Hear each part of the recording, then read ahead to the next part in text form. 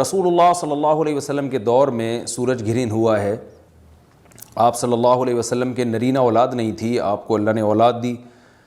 اور آپ کے بیٹے کی موت واقع ہوئی. یہ ایک بہت بڑا حادثہ تھا اس وقت, کیونکہ عرب میں نرینہ اولاد کی بڑی ویلیو تھی. آپ صلی اللہ علیہ وسلم کو اللہ نے بیٹیاں دیں, بیٹا نہیں دیا, اور بیٹا دے کے اٹھا لیا,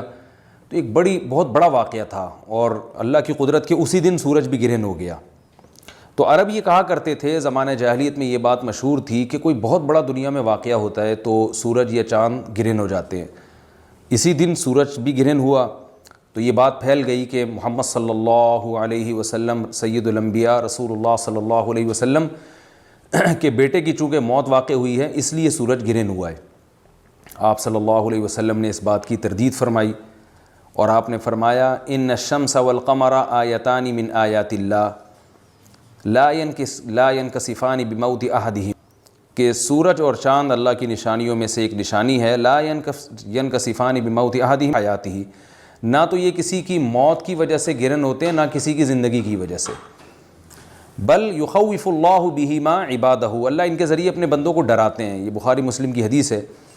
اپنے بندوں کو خوف زدہ کرتے ہیں. تو یہ اللہ کی نشانیاں ہیں اور آپ صلی اللہ علیہ وسلم نے اس موقع پر نماز کا حکم دیا, اللہ کے سامنے عاجزی اور انکساری کا حکم دیا. دیکھیے یہاں ایک بہت اہم پوائنٹ کی بات ہے ان لوگوں کے لیے جو اسلام کے خلاف ہیں, جو محمد صلی اللہ علیہ وسلم سرور دو عالم سید الانبیاء صلی اللہ علیہ وسلم کو سچا نبی نہیں مانتے. ان کے لیے اس حدیث میں آپ صلی اللہ علیہ وسلم کی نبوت کی ایک بہت زبردست دلیل موجود ہے. ایک واقعہ ہوا ہے آپ صلی اللہ علیہ وسلم کے بیٹے کی موت کا, اور عرب یہ ویسے ہی کہا کرتے تھے کوئی بہت بڑا دن ہوگا تو سورج گرہن ہوگا. تو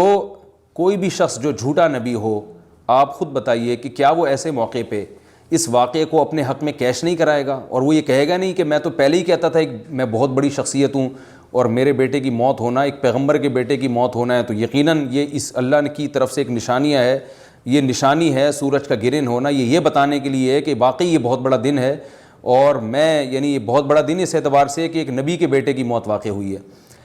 لیکن آپ صلی اللہ علیہ وسلم نے یہ سب نہیں کیا, اور آپ نے بتایا کہ سورج اور چاند کے گرہن ہونے کا کسی کی موت یا زندگی سے کوئی تعلق نہیں. اور آج سائنس نے بھی ثابت کر دیا ہے کہ یہ ایک سائنٹیفک حقیقت ہے کہ جب زمین اور سورج کے درمیان چاند آ جائے تو سورج گرہن ہو جاتا ہے, اور جب چاند اور سورج کے درمیان زمین آ جائے اور سورج کی روشنی چاند تک نہ پہنچ رہی ہو تو چاند گرہن ہو جاتا ہے. تو یہ ایک اس میں عبرت کی بات بھی ہے ان لوگوں کے لیے جو آپ صلی اللہ علیہ وسلم کی نبوت میں شک کرتے ہیں. البتہ آپ صلی اللہ علیہ وسلم نے اس موقع پر ہمیں حکم دیا کہ اللہ سے تضرع اور عاجزی اور انکساری کی جائے, اپنے گناہوں کی معافی مانگی جائے, اور نماز آپ صلی اللہ علیہ وسلم نے پڑھی. اس پہ بھی بعض لوگ اشکال کرتے ہیں کہ یہ جب ایک نیچرل پروسیس ہے تو اس میں اتنا گھبرانے کی, کیونکہ حدیث میں آتا ہے آپ صلی اللہ علیہ وسلم بہت گھبرائے, تو اس میں گھبرانے کی کیا بات ہے. تو یاد رکھیے ہر نیچرل پروسیس جو ایک عام معمول سے ہٹ کر ہو اس میں انسان کے لیے ایک عبرت کی بات ہوتی ہے. ہم دیکھتے ہیں رسول اللہ صلی اللہ علیہ وسلم کے دور میں جب تیز ہوا چلتی تھی اور بارش سے پہلے ہوا چلا کرتی تھی تیز ہوائیں, تو آپ صلی اللہ علیہ وسلم گھبرا کے مسجد کی طرف دوڑتے, عاجزی انکساری کرتے, اللہ تعالیٰ سے یہ کہتے کہ اللہ تو نے تو مجھ سے وعدہ کیا کہ جب تک میں ان کے درمیان موجود ہوں تو ان کو عذاب نہیں دے گا.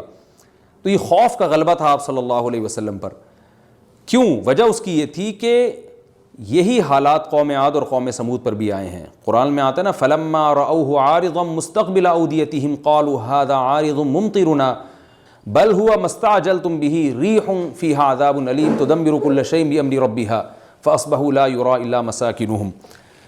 کہ وہ بادلوں کو دیکھ کے کہنے لگے یہ تو ایک معمول کے مطابق بادل ہیں جو برسیں گے اور بارش ہوگی. تو پیغمبر نے کیا کہا کہ یہ بارش نہیں ہے بلکہ یہ وہ عذاب ہے جس کی تم جلدی کیا کرتے تھے, اور اس میں ایک ایسی ہوا ہے جو اللہ کے حکم سے ہر چیز کو ہلاک کر دے گی. اور پھر ان پر ایک ہفتہ عذاب آیا, اور قرآن کہتا ہے کہ وہ ایسے پڑھ کے ہلاک ہو گئے کہ فَتَرَ الْقَوْمَ فِيهَا صَرْعَىٰ كَأَنَّهُمْ أَعْجَازُ نَخْلٍ خَاوِيَةٍ, اے مخاطب اگر تو ان کو دیکھتا تو ایسے لگتا کھجور کے تنے ہیں جو اوندھے پڑے ہوئے ہیں. تو ایسے ہوا نے ان کو تہس نہس کر دیا. تو یہ عام معمول سے ہٹ کے جب بھی اس کائنات میں کوئی تغیر آتا ہے تو وہ اللہ کی نشانیوں میں سے ایک سائنٹیفک حقیقت بھی ہے, اس کی ایک لاجک بھی ہے, لیکن اس کے ساتھ ساتھ اللہ کی نشانیوں میں سے ایک نشانی بھی ہے. اور ایسی نشانی ہے جس سے ہمیں ڈرنا چاہیے کہ اللہ تعالیٰ کو اختیار ہے، وہ جب چاہے سورج کی روشنی چھین لے، چاہے کسی بھی طرح سے چھینے۔ اور یہ بھی ایک سائنٹیفک حقیقت ہے جو آپ صلی اللہ علیہ وسلم کی نبوت پر جس نے ایک مہر لگا دی ہے کہ سورج اور چاند کا گرہن ہونا، اگرچہ اس کی ایک لاجک ہے کہ چاند سورج کے سامنے آ جائے تو سورج گرہن ہو جاتا ہے، لیکن اس بارے میں جو ہماری تحقیق ہے، جو سائنسدان کہتے ہیں کہ یہ وقت یعنی خطرے کا وقت ہوتا ہے، سورج سے ایسی خطرناک ریز نکلتی ہیں جو نقصان کا سبب بن سکتی ہیں، تبھی بعض حضرات سورج کی طرف دیکھنے سے بھی منع کرتے ہیں۔ اور یعنی نظام میں تھوڑی ایک عام نارمل روٹین سے ہٹ کے اس کائنات کا نظام چلتا ہے، تو اس لیے یہ اس کائنات کے لیے، زمین کے لیے ڈینجرس ہو سکتا ہے، اور جو گریوٹی اور جو کشش کا نظام ہے اس میں بھی خلل واقع ہوتا ہے۔ تو ایسا نہیں ہے کہ یہ بالکل ایک نارمل کنڈیشن ہوتی ہے اور اس کا کوئی نقصان ہی نہیں ہے، یہ بالکل غلط ہے، اس میں نقصان کا بہرحال خطرہ ہے، اور اس بات کا امکان موجود ہوتا ہے کہ قدرت انسانوں سے انتقام لے یا انسانوں کو نقصان پہنچائے۔ اور ویسے بھی جن کے دلوں میں اللہ کا خوف ہوتا ہے وہ تو ویسے ہی اللہ کے وہم من خشیتہ، قرآن مجید میں اللہ تعالیٰ کے ارشاد ہے کہ مشرکین بار بار یہ سوال پوچھتے تھے قیامت کب آئے گی کب آئے گی، اللہ فرماتے ہیں لیکن جو مومنین ہیں ان کو اس سے غرض نہیں ہے کہ کب آئے گی، والذین آمنوا مشفقون منہا، وہ تو قیامت سے گھبراتے ہیں کہ پتہ نہیں ابھی نہ آ جائے۔ تو جس کے دل میں اللہ کا خوف ہوتا ہے اس کے زندگی گزارنے کا طریقہ کچھ اور ہوتا ہے، وہ بات بات پہ اللہ سے ڈرتا ہے، اس کو اللہ سے ڈرنے کا بہانہ چاہیے، اس کو توبہ کا بہانہ چاہیے۔ تو اس بحث میں پڑھنا کہ یہ تو ایک لاجیکلی ایک سورج کی روشنی غائب ہو جائے گی، وہ ٹھیک ہے، یہ سائنسدانوں کا شعبہ ہے کہ کیوں غائب ہو رہی ہے، ماہرین فلکیات کا شعبہ ہے، لیکن اہل ایمان کا جو کام ہے اس موقع پر، ان کا جو وظیفہ ہے وہ یہ کہیں کہ اللہ کی نشانیوں میں سے ایک نشانی ہے، اللہ اپنی قدرت دنیا میں دکھاتا ہے کہ میں یہ بھی کر سکتا ہوں چاہے کسی بھی طریقے سے کروں، تو ہمیں اس موقع پر بہرحال اللہ کے سامنے جھکنا چاہیے، اپنے گناہوں سے معافی مانگنی چاہیے، اور وہی عمل کرنا چاہیے جو رسول اللہ صلی اللہ علیہ وسلم نے ہمیں بتایا ہے۔ اور اس بارے میں جو توہمات پھیلے ہوئے ہیں اس سے بھی ہمیں اجتناب کرنا چاہیے، جیسے نبی صلی اللہ علیہ وسلم نے عربوں کے وہم کو دور کیا ہے، بھائی اس کا کسی کی موت اور زندگی سے کوئی تعلق نہیں ہے، تو اسی طرح آج کل لوگوں میں ایک سورج اور چاند گرہن ہونے کے بارے میں وہم بھی بہت ہے کہ پتہ نہیں کیا ہو جائے گا، حاملہ عورتیں نہ نکلیں، فلانا نہ کرے، اور فلانا خربوزہ نہ کھائے، اس موقع پر کسی نے تربوز کھا لیا تو یہ ہو جائے گا، الٹی باتیں پتہ نہیں کیا کیا مشہور ہیں، یہ خربوزے تربوز کی تو میں ویسے ہی مثال دے رہا ہوں۔ تو کوئی بھی چیز جب کہنی ہو تو پوری طرح سے اس کی ریسرچ کریں۔ مجھے نہیں پتا حاملہ عورت کو فائدہ ہوتا ہے نقصان ہوتا ہے سورج گرہن ہونے سے، لیکن اگر نقصان بھی ہوتا ہے تو اس کی کوئی مستند دلیل ہونی چاہیے آپ کے پاس، ایسے ہی سنی باتیں آگے نقل نہ کریں۔ تو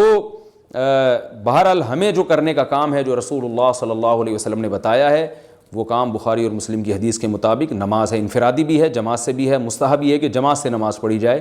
مسجد میں یا کسی بھی میدان میں، اور 2 رکعتیں امام پڑھائیں گے اور اس میں سرن تلاوت بھی کر سکتے ہیں، جہری تلاوت بھی کر سکتے ہیں، دونوں رائے ہیں علماء کی۔ آج کل جہری کو اس لیے ترجیح دی جاتی ہے کہ صلاۃ کسوف میں جو رسول اللہ صلی اللہ علیہ وسلم کی سنت ہے وہ لمبی نماز ہے، تو لمبی نماز پڑھیں گے تو اگر آپ آہستہ آواز سے پڑھیں گے تو لوگوں کو تھکاوٹ کا احساس زیادہ ہوتا ہے، جہری پڑھیں گے تو تھکاوٹ کا احساس کم ہوتا ہے، تو اس لیے دونوں قولوں پہ فتویٰ دیا جاتا ہے، وہ ایک قول راجح ہے اور ایک میں آسانی ہے، تو آسانی اس قول میں ہے کہ جہری تلاوت کی جائے، اس میں لوگوں کو نماز میں کھڑا رہنا آسان ہوتا ہے، تو لمبی سے لمبی نماز پڑھی جائے، اس میں 2 رکعتیں پڑھی جائیں اور خوب طول دیا جائے اس کو، اور اتنا طول دینا کہ لوگوں کا خطرہ ہو کہ نمازی چھوڑ کے بھاگ جائیں گے، یہ بہرحال درست نہیں ہے، کیونکہ آپ صلی اللہ علیہ وسلم نے امام کو مقتدیوں کی رعایت کا حکم دیا ہے۔ اور کوئی جماعت سے نماز میں شریک نہیں ہو سکتا تو گھر میں نماز پڑھیں، انفرادی نماز پڑھیں، نماز نہیں پڑھ سکتے تو توبہ استغفار کریں۔ بہرحال یہ وقت جو ہے توبہ استغفار کا ہے، اپنے گناہوں سے معافی مانگنے کا ہے۔ اللہ تعالی ہم سب کو عمل کی توفیق عطا فرمائے، وما علینا الا البلاغ۔ Thanks for watching. Don't forget to